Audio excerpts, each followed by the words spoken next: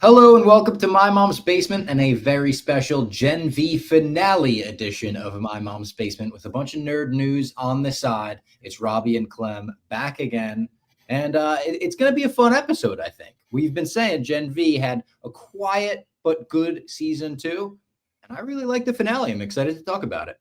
Yeah. I'll be interested to see the take of the finale, the whole season now that it's all been painted for us on the wall. I did see something I think I'd sent to you too about like they're waiting to see if season 3 gets approved, and then some of the other boys projects based on like numbers and people talking about it. And it does feel like this happened like under the guise of night. This feels like almost one of those COVID projects that launched and everyone's like, wait, this came out. I guarantee you there's gonna be a lot of people who are gonna be like, wait, they had that whole season of Gen V. I don't know how they missed it, but I'll tell you, I don't think I would have known Gen V was on right now if we weren't doing the podcast. I honestly don't think so. I might have caught a tweet here and there. My wife is much more aware about what's going on in the world, like through, but even she is kind of unplugged, and like I just don't think there was a lot of like, hey, Gen V on now, tune in tonight, or Wednesday or whatever, Tuesday. It also hurt that for the majority of the time it was on, Peacemaker was on.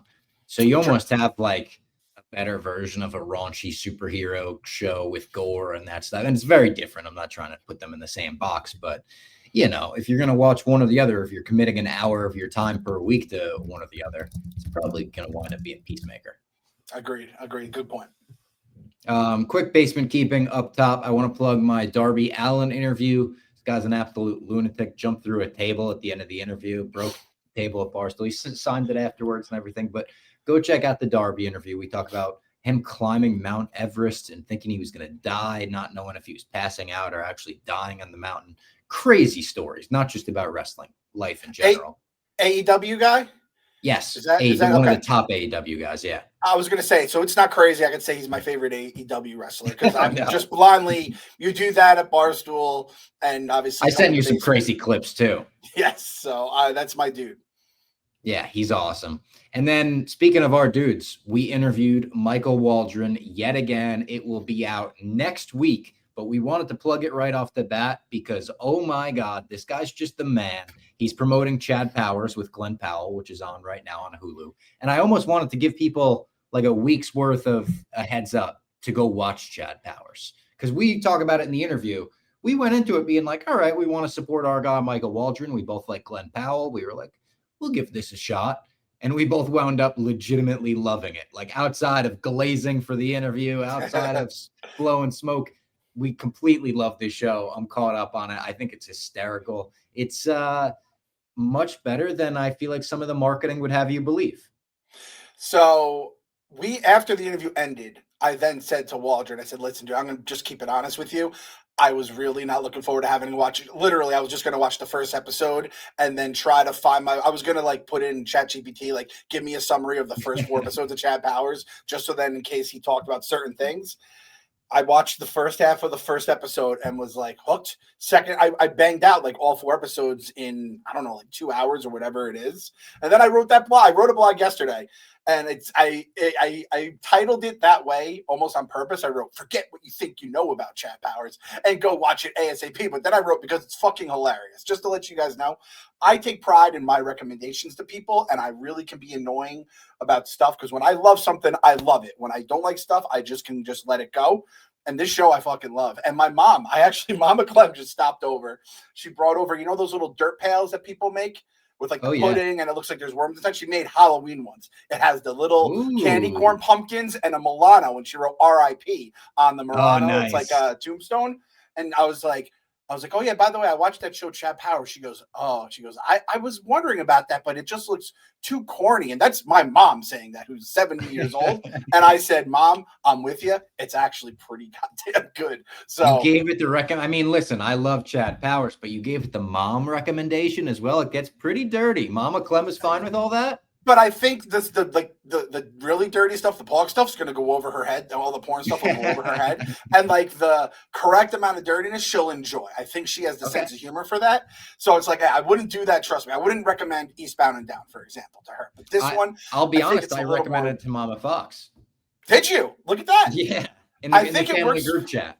It works for the whole family. Lady Fox saw it, right? and she enjoyed Loved it. it. Yeah. We were cracking up together. Yeah. And again, we say this in the interview, and trust me, guys, listen, I promise, I wrote in the blog. I'm going to be honest with you guys here. I was so ready to do the interview, do the least amount of promotion possible about Chad Powers, but just like represent for our boy Waldron, because he's our guy.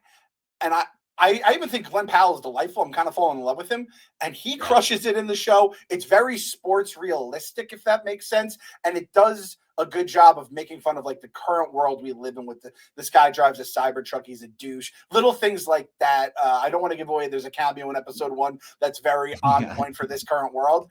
And it just, again, 5 episodes in, I'll even say, first 4 episodes I thought were stellar. 5th, I thought fell off a little. I'm interested to see where it goes with 6th, but I'm being 100% honest. I am recommending this to all of our friends, and I think even Waldron said, he's like, he promoted a lot on Barstool. Honestly, I didn't even see it, but it was like, I think it's promoted so much, and so Manning brothers, blah blah blah. I thought it'd be so hokey. It's so much better. It's perfect for Barstool. It's a little risque humor, legit sports stuff, like legit people that know ball can appreciate it. Liam Blutman wouldn't be nitpicking all the little football scenes, right? And I think it's the perfect marriage. So and check out the interview. He's great in it. He spoils all of Doomsday too, by the way. All of Doomsday spoiled. All right, before we get into the nerd news, let's tell everyone about Game Time. We can't wait for all the upcoming concerts this fall, but what we don't want to think about is the hassle of buying tickets. We want to focus on the music, not the cost or the stress. Game Time puts the power back in the hands of fans. It's your go-to hack for scoring amazing tickets and unforgettable experiences in just a few taps. It's incredibly easy to use, and the Game Time guarantee means you can trust you'll get 100% authentic tickets on time and at the best price. Plus, fees are always included, so what you see is what you pay. If I pull up the Game Time website right now, obviously UFC coming to Madison Square Garden, you could get tickets to that, but let's pull up a concert. Let's pull up the reunion of Rush. If you wanted to see Rush at Madison Square Garden, $357 will get you in the building. Obviously, that's the most expensive arena in the world. If you wanted to see them in California, for example, the Forum, one of the most legendary rock and roll hubs ever, 198, 166, even 161 will get you in the building, depending on what day you want to go. There you go. Take the guesswork out of buying tickets with Game Time. Download the Game Time app, create an account, and use code MMB for $20 off your first purchase. Terms apply. Again, create an account and redeem code MMB for $20 off. Swipe, tap, ticket, go. Download the Game Time app today. We love Game Time. Game Time is one of the best in the whole basement. Bob, my concert, my girl's heart, $96. Oh yeah, Wallingford, Connecticut. It's called the Oakdale Theater. I saw Bluey, and like it was like a Bluey show there. I don't know even know what to call it, but it was like just so like quiet, low key, closed parking lot. I was like, and it's not that far from the Casa de Clem here, north of the Wall. And I was like, oh man, I got to go back here. And then I've been dying to see Heart. $96 gets me in the door, so that will be my Game Time concert in 2 months from now. I love that. And honestly, not to get morbid, but I want to tell everyone, go see the artists that are alive that you still can while they're still here. We lost Ace Frehley this week, one of the original 4 founding members of KISS. I went and saw Ace back in March in New York. It was my first time getting to see him live, and I'm so grateful that I saw him now that he passed. It's like, thank God I got to experience that, and I had one last like big memory like that. Such a shame. And a founding member of KISS, they're going into the Kennedy Center Honors this year, that he couldn't make it to that. But a legend. I mean, there's been a crazy outpouring of support. We also lost Sam Rivers this week, the bass player of Limp Bizkit. Tough week for rock and roll, but people who, honestly, their work will live on forever and their legacy. I was going to say, if they're on the classic rock station, try to check them out sooner rather than later. Because again, I always go back to my Tom Petty story. I will forever live in that restaurant. As I look up at the TV, I was like, what just happened? So get them in. I'm looking at Sir Paul McCartney. That could be next month in Chi-Town if I could go see him. So get to see we have to like almost come up with a hashtag for that, like classic rockers that you need to get seeing through Game Time before, God forbid, and before they retire. We'll just say before they retire. Yeah. How you want to take retire, that's up to you. Retire, or, I mean, not to also bring up tough stuff, but Hall & Oates. What is about a situation like that where you don't get to see him and then they break up or something like that? Why? Did you have to do that? It almost hurts more when it's that is broke because they broke up and like sued each other. I'm honestly, Although I think we're on the upswing, right? On that lawsuit front. there was some. Well, the lawsuit got settled, and I believe there was like something where they. I don't want to say collab, but I think like they're both making money off some old project now. So I'm like, all right, let's start making that money back. Or honestly, both just go bankrupt, so they need each other to make their money back. I'm rooting for one or the other to happen. Flat out. Listen, if it could happen to Liam and Noel, it could happen to Hall and Oates. This is the really hatred and the familial stuff there. We can figure it out. I can't believe this reversed on me. Oasis is touring right now, and Hall and Oates hate each other and don't speak. What a fucking twist in the I music. know. Yeah, what the fuck? All right, let's get into some news real quick. I know I've mentioned that Sinners is going back into theaters, re-released for Halloween. Kind of just wanted to mention it again. We both loved Sinners, and if you haven't seen it, it'd be a great way to see it. October 30th to November 5th. And if you're in the Halloween mood, Weapons will release on HBO Max this week, October 24th. I am so excited to rewatch Weapons at home. Oh wow!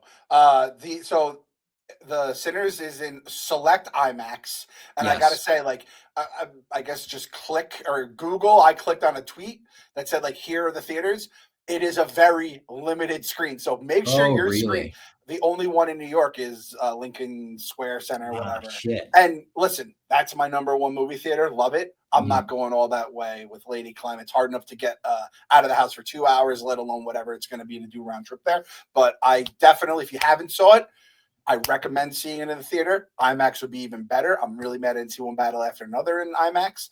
But if not, like, be prepared to see it at home if need be. And I think it's like the 30th to the 6th, because I thought it was just Halloween night, which, let's be honest, us olds, we're taking the kids trick-or-treating that time, or we're at least handing out stuff at our door. Yeah, and you don't want to leave the kids home alone Halloween night with a babysitter or something. That's how every horror movie starts. Yeah, that's going to be the next great horror movie in 2026 is going to be that exact plot. I can't do that to my kids. I'm kind of starting to like them. I just got a new TV and we haven't set it up yet. We haven't put it on the wall or anything, but Sinners might be a good first movie to break in the TV, that crazy IMAX scene with all the music and stuff. I feel like that could be a good first one. I think we talked about this a couple years ago when I got my new TVs. My test movie was Endgame, right? Yeah. And it passed with flying colors. And I think we did talk about it, Bob. We did. Because I know your answer. Just get it checked off. It's actually maybe not what you think. I think my test movie is Revenge of the Sith, because that opening scene with the war drums, the space battle, the CGI to this day holds up on an incredible level. But yeah, of course, The Dark Knight would have to be get that bank robbery scene resume, yeah, right off the bat. And speaking of Star Wars, first big news story of the week: Adam Driver revealed that he was developing a movie called The Hunt for Ben Solo with Steven Soderbergh for 2 years before it got axed by Disney. Lucasfilm loved the idea, but I think it was Bob Iger and Alex Bregman didn't like the idea and told him, we don't understand how Ben Solo would be alive, which seems like a real insulting thing to say to a talent as good as Adam Driver, as you bring back Darth Maul, Emperor Palpatine. Nobody dies in Star Wars, especially now. And to look at Steven Soderbergh, too, the fact that he was involved in a Star Wars project, he doesn't even like big budget movies. He shot a movie on an iPhone a few years ago. Everything about this is a little bit bizarre to me. The fact that it was being developed, that Adam Driver was even willing to come back. He says that he loves playing this character and he loves the Star Wars universe. Even that kind of surprises me on some level because of his other choices. He does so many other indie movies and really artsy movies, I feel like, that I was kind of surprised that he was willing to come back after 7, 8, and 9. But I mean, I would like to see a little more of him as Kylo Ren or Ben Solo. I feel like him and Daisy Ridley very much carried that trilogy, even for people that didn't like the story choices. We could agree their acting was very good in it. But yeah, just a crazy story altogether. Somehow Ben Solo returned. I mean, hey man, Fortnite's still cooking. You make a nice reveal that Kylo Ren is still alive in Fortnite. You don't tell anyone else about it, and then it just rolls into the movie with Steven Soderbergh. I'm in. I think I've made this pretty clear. This isn't going to shock any of the listeners, let alone you. I'm good with just ignoring the sequel trilogy forever. And yeah, they're non-canon for you. Yes, the prequels are the story, the idea of the prequels is definitely canon. The post, definitely not canon, because then they're just motherfucking the original. We're not going to go through this again. You have like a James Gunn DCU type headcanon where you're like, yeah, some of the stuff in fucking Suicide Squad happened, I guess, but like we're gonna ignore most of it. Perfectly said, Bob. I don't need more with this story. Like, again, I think maybe there could have somehow been something that worked out if like Rise of Skywalker was kind of like Force Awakens, where they took very little chances and they just like got that 7.4 right in everyone's mind. I was like, it was all right. I'm happy they did it. I think that motherfucked everyone's. It's kind of how Thrones ended, right? No one was happy when the time Thrones ended. No one was happy by the time the sequel trilogy ended. I was a little bit happy. Think. I just got a objection. Objection, Your Honor. You were happy with Rise of Skywalker? Yeah, definitely. Like leaving the theater, I felt pretty satisfied. Now, the more time that's gone on since it came out, the more time I can like pick apart a lot of it. But like, I'm still probably higher on Rise of Skywalker than 99% of the world.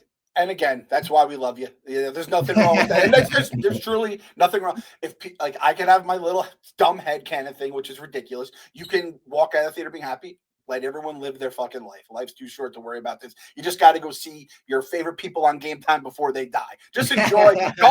We don't shame. You can tell me, hey, I'm going to see Heart. Bob's going to see Rush. We love beloved things from nostalgia, make us feel good, whatever it is here. I do think like if Soderbergh got linked in and then like he bails on the project and someone else, and then it's like, then you're just really going down a dark hole. So listen, I feel like we're in a good place with Star Wars when that like, there's really nothing on the map other than a few things. And I think at some point there was way too much stuff. And I'm imagining that's when this all came up, got shot down, bubbled up, whatever it may be. So hopefully moving forward, there will be more of a plan for everything. But yeah, like again, the fact Soderbergh is interested, that's cool. Maybe it works out in the future. I don't know. And I will say this, as someone that did not like the sequel trilogy, Adam Driver fucking ruled. Like, you can't argue that. Like, and I do think there's good performances. I do think there's good characters. I just think the overarching thing was clearly not for me, which I felt like a crazy person when I sent that tweet after The Last Jedi. And I can't believe the timeline that has happened since then. I did not think it was going to look like this on a million different levels. We've gone into one of those like Peacemaker alternate universes with skulls and spiders since then. Yeah, exactly. It's just real nasty. But yeah, cool story. I'd like to see Soderbergh do something kind of like big budget again like that. I feel like it would be very cool. And hopefully something does work out. Adam Driver sang the name of the producer and Bob Iger. A lot of people were pointing to Channing Tatum recently saying the name of the producer.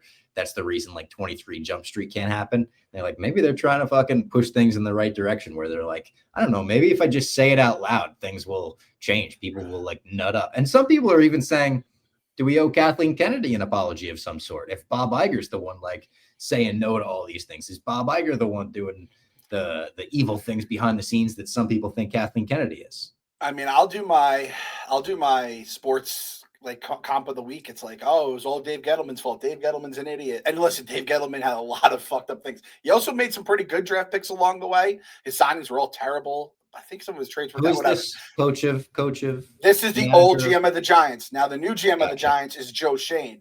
And we go into games with guys who are either injured kickers, and then we have our punter kick, and then he can't kick, so then we have to go for two or on fourth down every time. And then this latest guy, we had a Rutgers kicker who lost his job senior year of college, and we don't trust him after over like 30 yards, and you're just like, what's going on here? So it's like, is it Dave Gettleman, Joe Shane, and all the coaches are a problem, or is it something above all that, right? So it could be, you know, we might have our issues in there in Giants world, and I think it could be a Star Wars thing. I'm also not going to be the defending Kathleen Kennedy thing because I think she's made a lot of choices on her own. I'm just saying, boys. I'm just playing devil's advocate here. It's like, I don't know if we find out in 10 years that Bob Iger was the one, you know, canceling projects that were in development or whatever, don't be surprised. Yeah, but I will say this Star Wars, but then it's like there's the good projects in Star Wars, so I don't know what to make of it. Right? We had Mando, we had Andor. I guess Rogue One kind of fits into that time frame somewhat, right? Yeah. So it's like they did have hits along the way too. So I don't know. And George Lucas said this week he got asked if he's moved on from Star Wars, because there are a lot of people that have this weird thought, like George wants it back. He wants to buy it back and recorrect everything Disney did. And he said, Disney took it over. They gave it their vision. That's what happens. Of course, I've moved past it. I mean, I have a life. He also said he begrudgingly included Star Wars things in his new museum because he's like, I knew people would want Star Wars. It's like, yeah, that people are going to want Star Wars at the George Lucas Museum, you dope. I mean, it would be weird if he didn't have it, right? And then it's like, oh, what is he trying to say? Just throw him in, throw in an R2D2 or something. Everyone's yes. By the way, speaking of that, like putting names to stuff that Adam Driver did and other people do. I mean, that happens here at Barstool, right? Instead of saying like, oh, some producer did this, it's like this person did this, or Pat Bev calls out a bunch of people clap back, and that's what keeps this thing moving. And that makes the clicks come in. And I would love if Hollywood got way more like Barstool like that. If we had actors fucking going at each other like that, that would be unbelievable to watch. Gotcha, motherfucking culture, Bob. That's what we're looking for. I guess it was like that. Remember a few years ago for Don't Worry, Darling?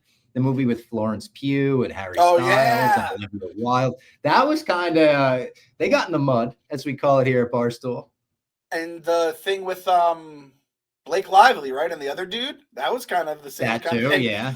That shit lived on the top of the Barstool trending stories whenever a new and it's still going on. I think like Taylor Swift's not talking to her still.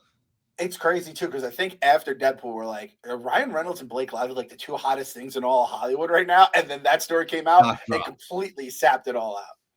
I still like Ryan Reynolds, still follows me on Twitter. We would still love him on The Basement. You could clear up the lawsuit on My Mom's Basement. We'll fucking clear this up for you. Headlines will be great. We will make it a puff piece. We're shills. Right. We're even shilling Chad Powers, that shitty show. Just kidding. That show absolutely I did not. Trust me, I would have ignored that interview even happened if I did not love that show. Great interview. Look out for it next week before the Chad Powers finale. Speaking of finales, the series finale of Stranger Things will be released in theaters on New Year's Eve, something we asked for. Now, New Year's Eve does make it difficult for a lot of people. I understand that. You might have things going on. You might be visiting family. I promise I will make an effort to go see it on New Year's Eve in the theater, even though it's the same day it releases on Netflix. I've been watching this show since I was a wee lad, as we said last week, since I was the same age as the kids from season 1. I would like to, put an end to Stranger Things the right way on the big screen, the biggest screen possible, as our friends at Project Big Screen would say.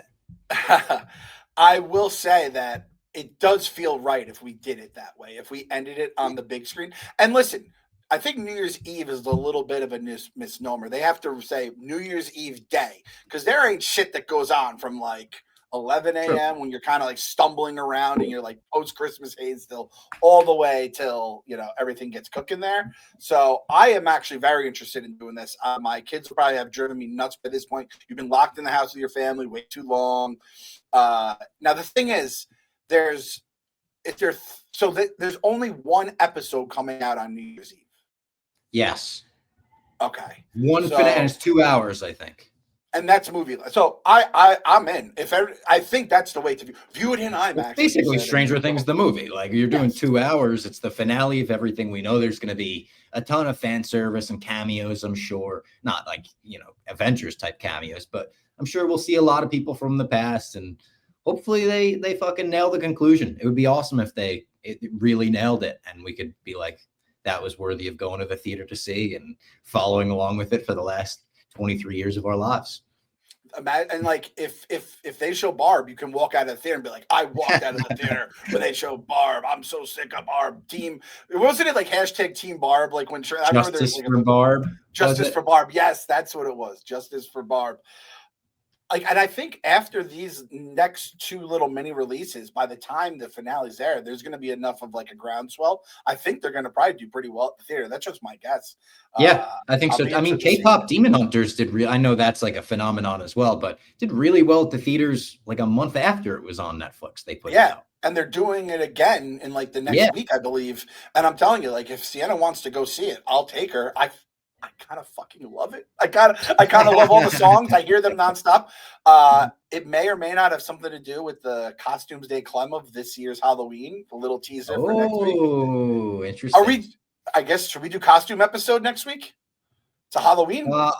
I mean, I guess so. I mean, we're gonna put out the long Halloween comic book club.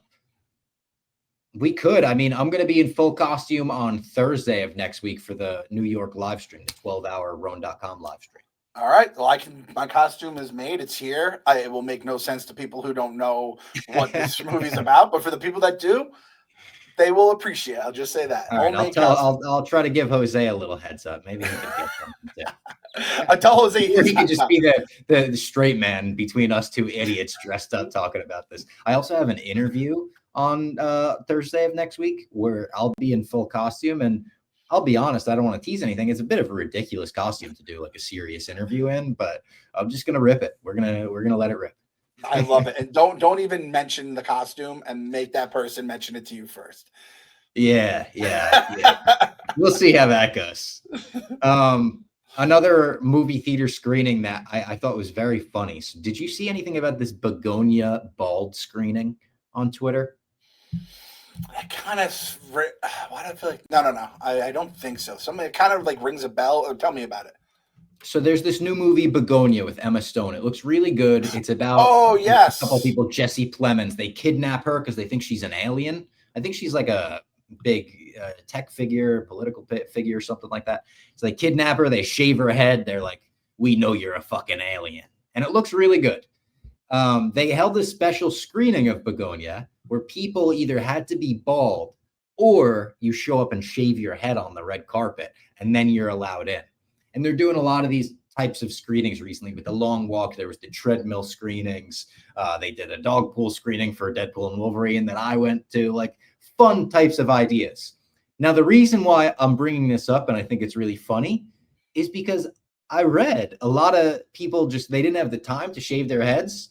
So they just started handing out bald caps, and people just put on bald caps over the hair. Imagine being the last person who got their head shaved to see this movie.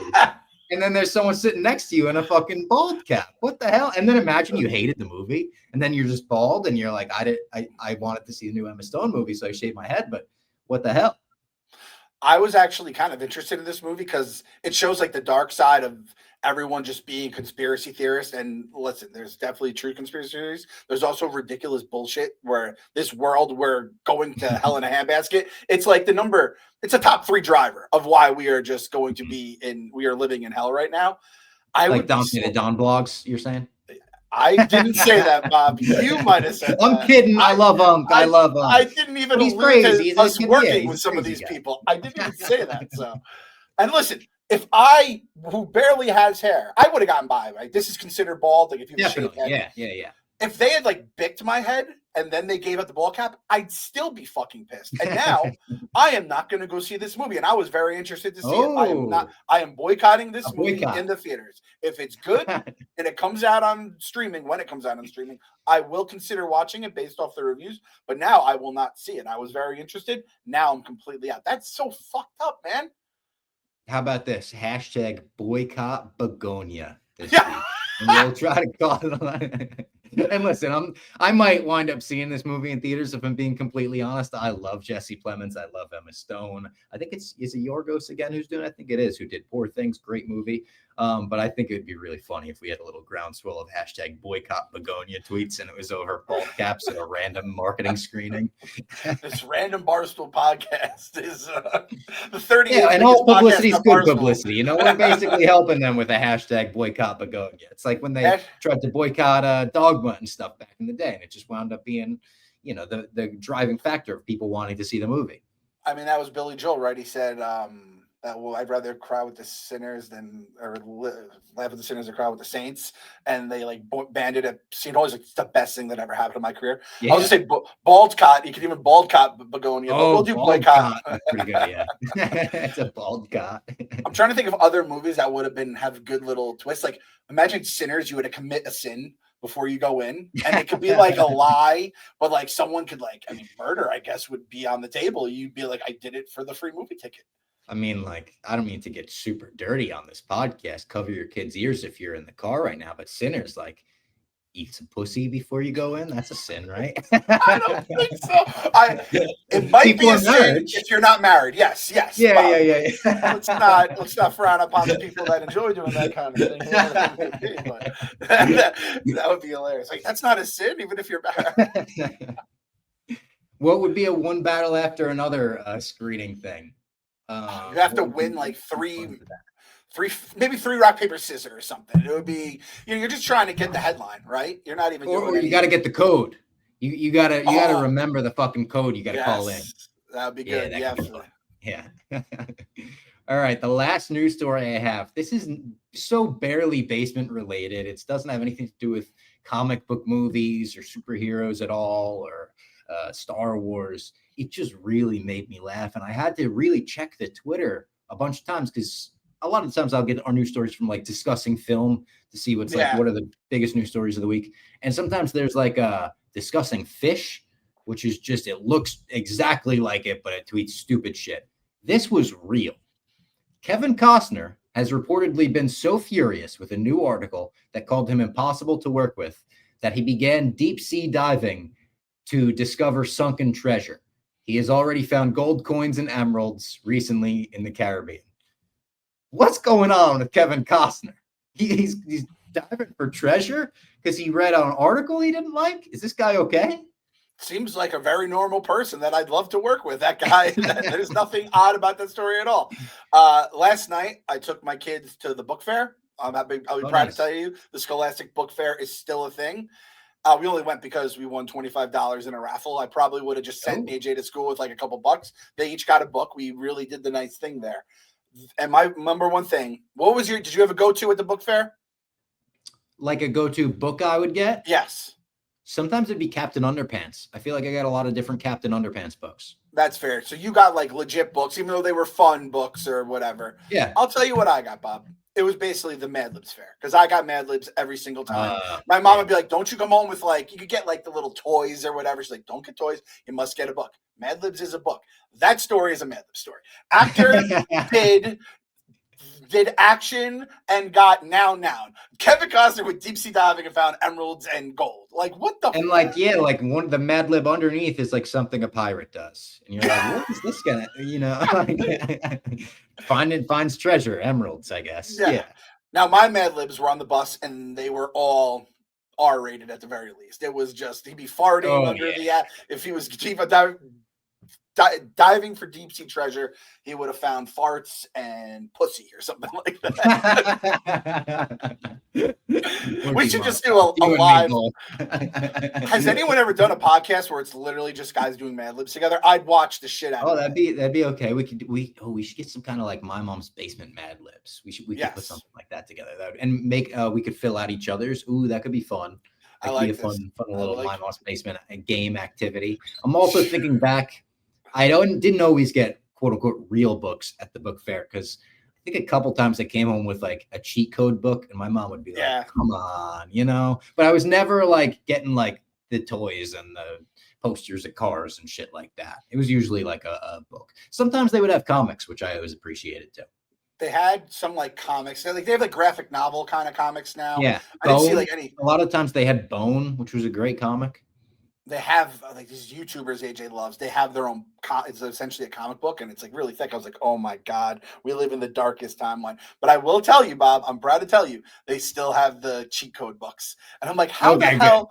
And that's the thing about books in general. I'm like, a lot of this stuff could just be like viewed online somehow. And I'm like, this is tough.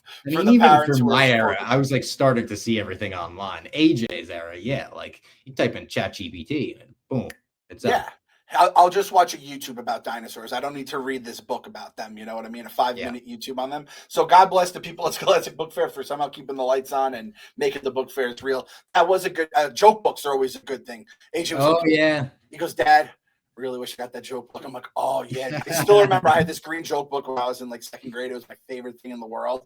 And Sienna had one as well, and she was very much like Ellie. She would just tell us all these puns or whatever. I remember you talking about that. Yeah.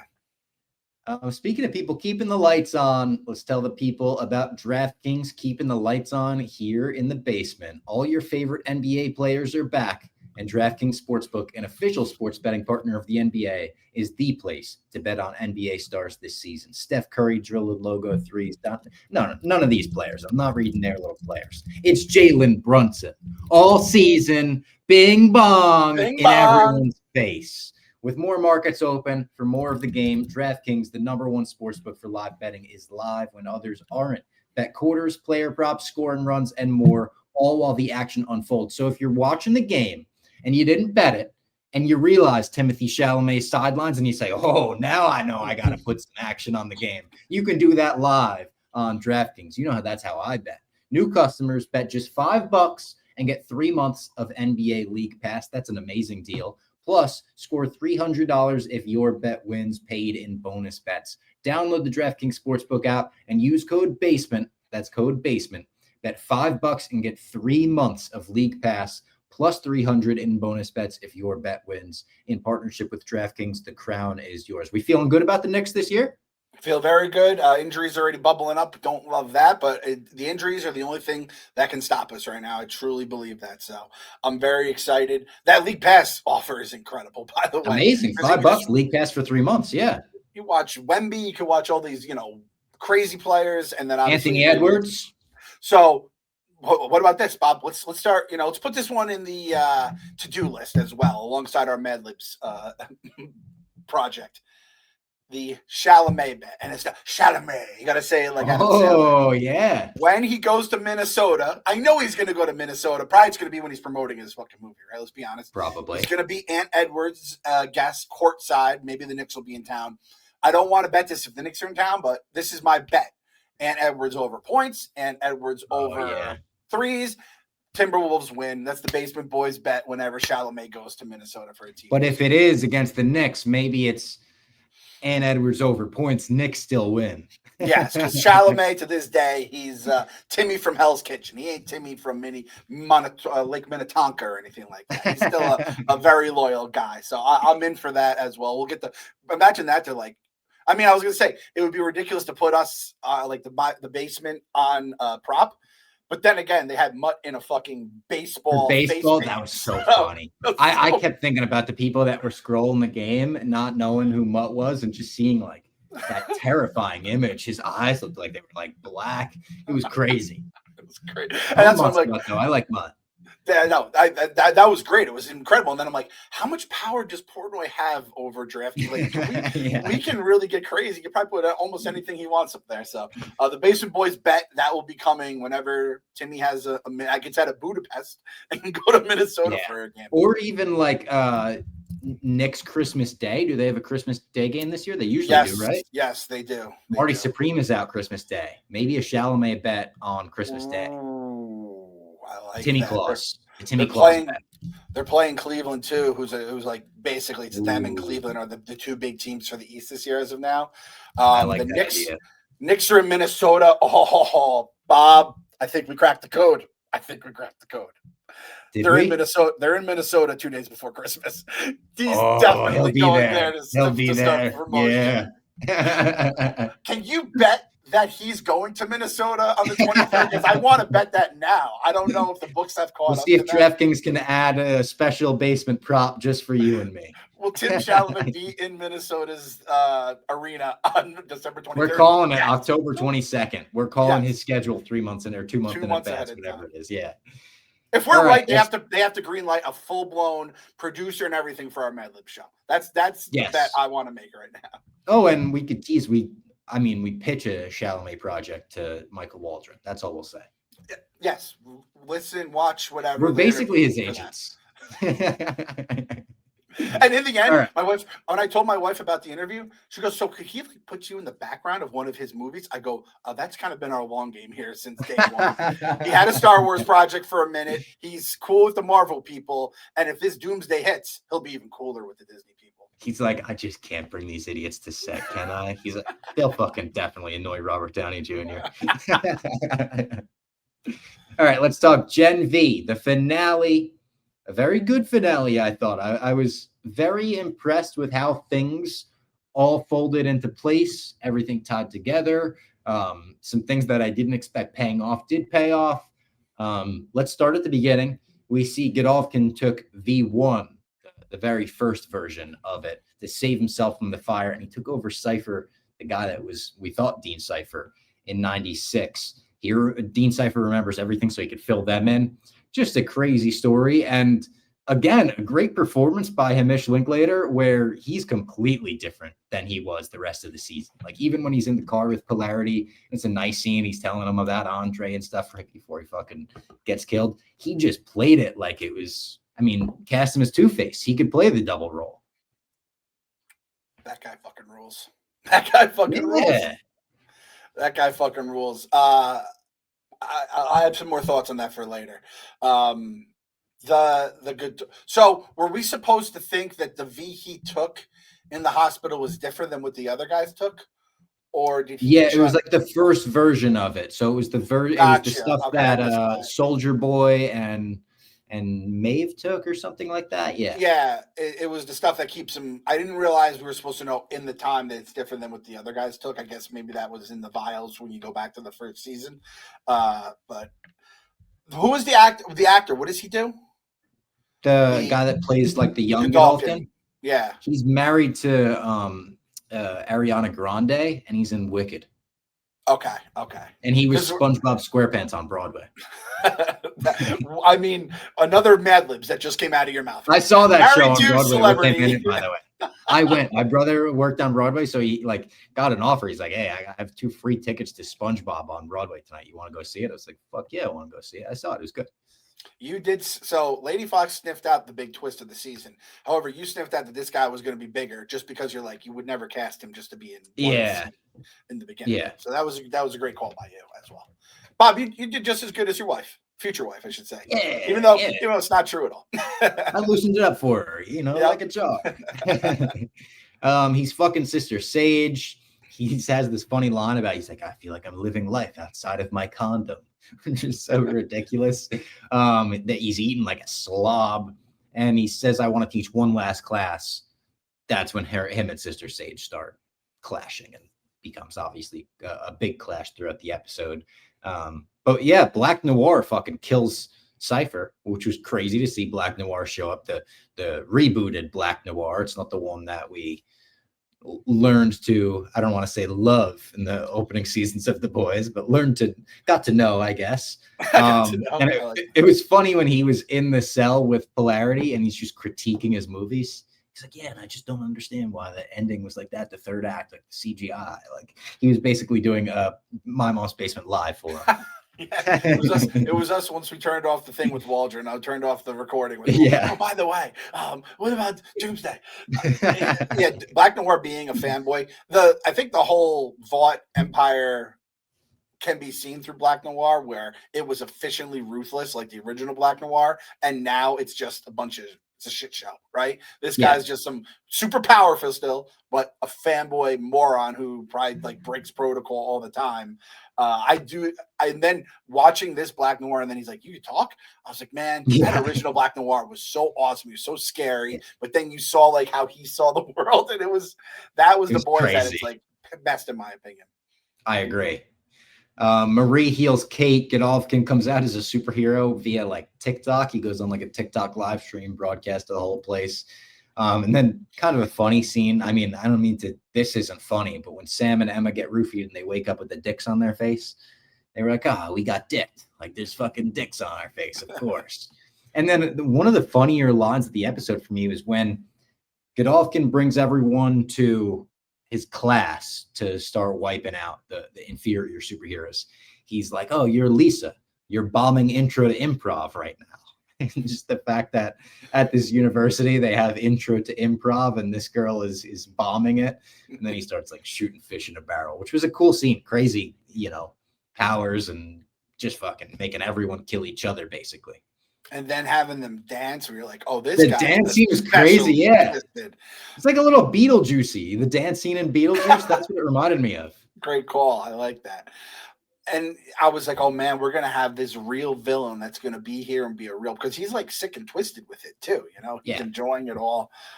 Clearly not going to be the case though. No.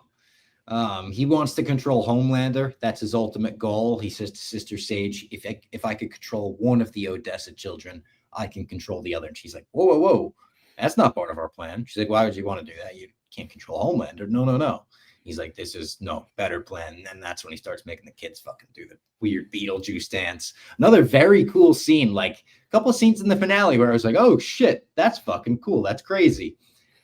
Speaking of, Marie shows up to the seminar, the next seminar, big showdown vibes, doors open, she walks in, and we find out everyone else is Trojan horsed in a fucking asshole. That was, I don't know how I didn't see that one coming. We were talking about some predictions, getting them right with the Godolphin, whatever. How did we not see the Trojan horse asshole coming?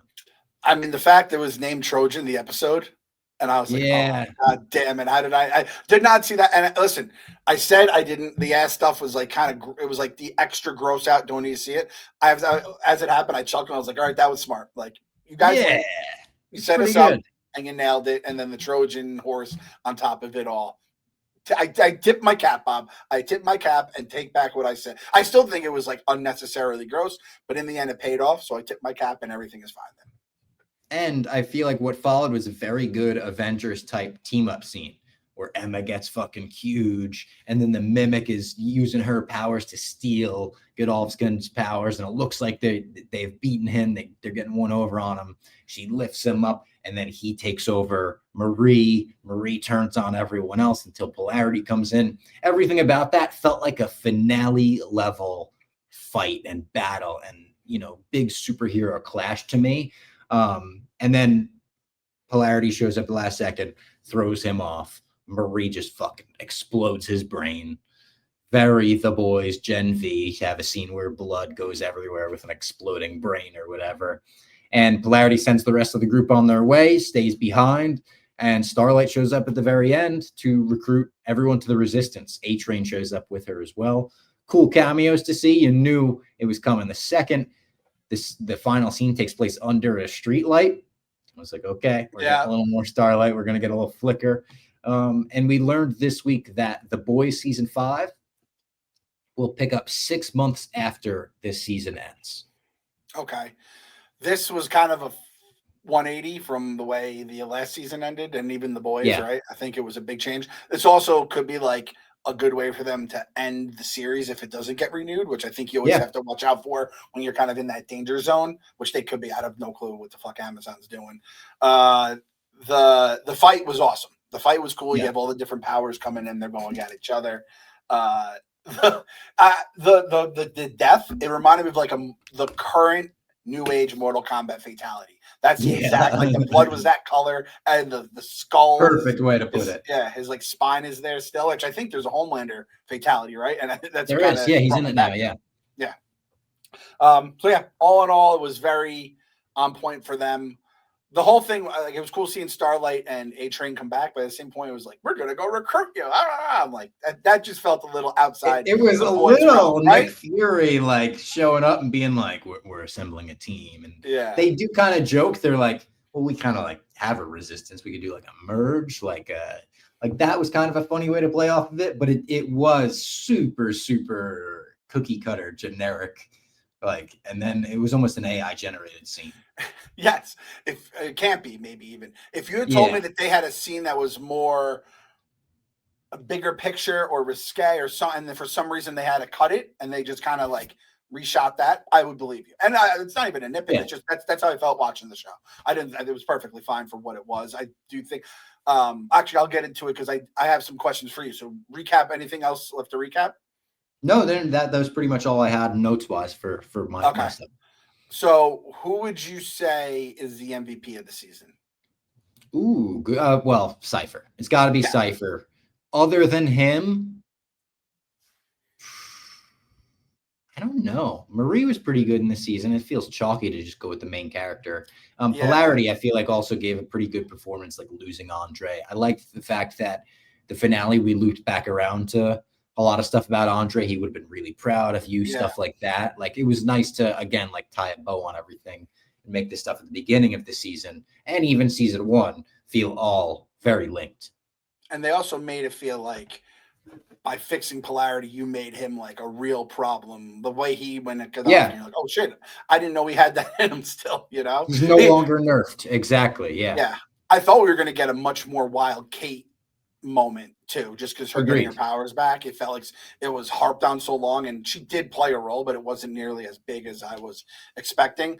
I'm with you. I don't think there's any way that I just think Cypher, the character, and I think the actor was just so fucking awesome. I think that was like my biggest So many takeaway moments. from The Boys. Yeah, for sure. the Dana White phone call line was so funny. Him bringing in the Julia Fox sheep. Like, there's so many funny lines he had, and obviously serious scenes. He fucking stabs himself in the hand and stuff. Yeah, I have to say, this is like MVP. We're talking like Mahomes and Josh Allen and whatever. And then if you had like the nerdy sports analytics person who's like, well, actually, the center on the Ravens could not. The Ravens could run their offense. Let's say this center, and that what I say is Sage.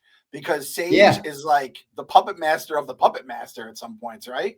And I have to say that character has really grown on me, and I think she's only going to get more jaded with life when like she leaves the cell open, for polarity to get out. Listen, when you don't go along with her plan, it's like you're out. It's either what Sage says or you're not with it. Yep, and the love of her life, or at that point, just kind of like, and they did all this stuff together. He wanted to go his own way, and she's like, "Well, go fuck yourself then." So I feel like she's like the real problem potentially for people in season 5, or she could be the real solution, right? Or she could be the biggest help for the heroes, which I think I might be calling right now, Bob. I think Sage is going to be one of our good guys for The Boys season. Or lay it with Chalamet at the Timberwolves game. There we go. Yeah, that could be the all-time call. LVP for the season. Ooh, the LVP. I don't have one coming to mind right away. Maybe Sam. Sam was just kind of meh. He wasn't a huge factor this season. That's a great. I think that might be that's probably the answer. I mean, anyone obviously comments, throw in your MVP, LVP down there. I like that one episode where he goes back to the parents again, like when we compared it to X-Men. Like, I did like that, but it was really the only memorable thing he did this season for me. I thought he was going to become like the main character in the show, right? And that did not happen. I guess I could cop out and be like, big picture. I talked about this last week, like the campus. Like, I just felt like it was. Really, and this is also, I think, what the show became. It went more from like hey, here's the boys in a college campus and superpowers with all these kids and college students and all the horniness and craziness of college, but with superpowers involved. And again, that kind of left, and it became kind of like a boys remix, almost a younger remix for the show. Because they went for it so much in season 1. It's almost like putting the toothpaste back in the tube of like, you went crazy with the woods and stuff, which was great. But the kids just can't go back to class after that and be superheroes in school. You would need almost like a new cast of like unassuming superheroes who are still hopeful about what this school could be. Yeah. And like our characters were like, they would get taken away. And it's like, are they going to kill them? Are they going to prison them for life? And it's like, oh no, bring them back to campus. And then they just go back to campus and they get taken away again. And I'm like, or they would try to bail, bring someone out away. So I think my word for the season, I was whelmed. I was not overwhelmed. I was not underwhelmed, but I was whelmed. I thought this would potentially, at the end of the season, it would go directly into the boys. And it's like, oh shit, you have to watch it. Again, based on what we're hearing with like the people not knowing it's on, it's probably better that they didn't do that, or else it could have been. So I wasn't overwhelmed. I was not underwhelmed. I was just whelmed. I think the boys is set up to just be existing on its own, and they can sprinkle in some stuff and be like, oh, there she is. Like, they'll show up, I'm sure. Yeah. Like the resistance. I'll say this. I think perfectly put. I feel whelmed as well. I think Peacemaker was much better as a season. I enjoyed it much more.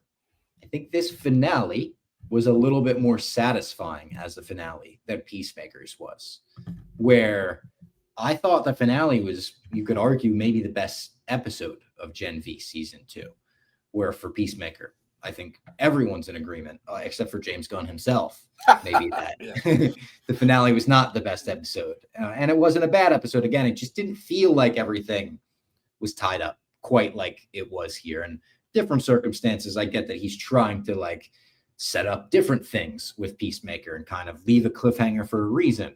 But if we're just talking purely finales, I think I might prefer Gen V. And I would be shocked if you told me that 6 months ago. That's how we're good, Bob, because that was my final question. Peacemaker versus Gen V. And I think if you say Peacemaker wins for the season, Gen V wins for that finale, that's fine. I'd like to go back and watch the Peacemaker finale without being like, all right, what's going to happen here? Because I said I actually enjoyed that. Like, it was a happy ending for a lot of our characters, and there was a lot of things that circle back to. I just don't know if I would feel. I liked it more than most, though, too. But it was a lot of hype. It was a hype train that went right into a wall. Yeah. All right. That was it for me on Gen V, the finale. Next week will be the comic book club episode. So make sure to read The Long Halloween. Listen, if you're like, Robbie, it's too late, I can't read the thing, watch the animated movie. It's a little bit different, but you'll get the gist, or go on YouTube, read some recaps. I think it'll be worth it when you hear, especially the Professor Jose breaking down the brilliance behind The Long Halloween. I think it'll be a very good Halloween special for us this year. I think it'll be fun to break down.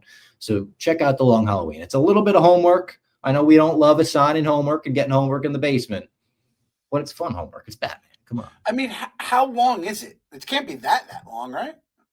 The Long Halloween? Shit. I mean, when you put it like that, it sounds pretty goddamn long. It's not that long, but, the book is fairly thick in terms of graphic novel thickness. Okay. So I think people will be all right. Again, you can even go, what's the name of mine? HooplaDigital.com. I linked in my library book, my library card, which again, I know that makes me sound like a boomer. I swear it's only because I have kids and we had to get library cards so we could do all this stuff there.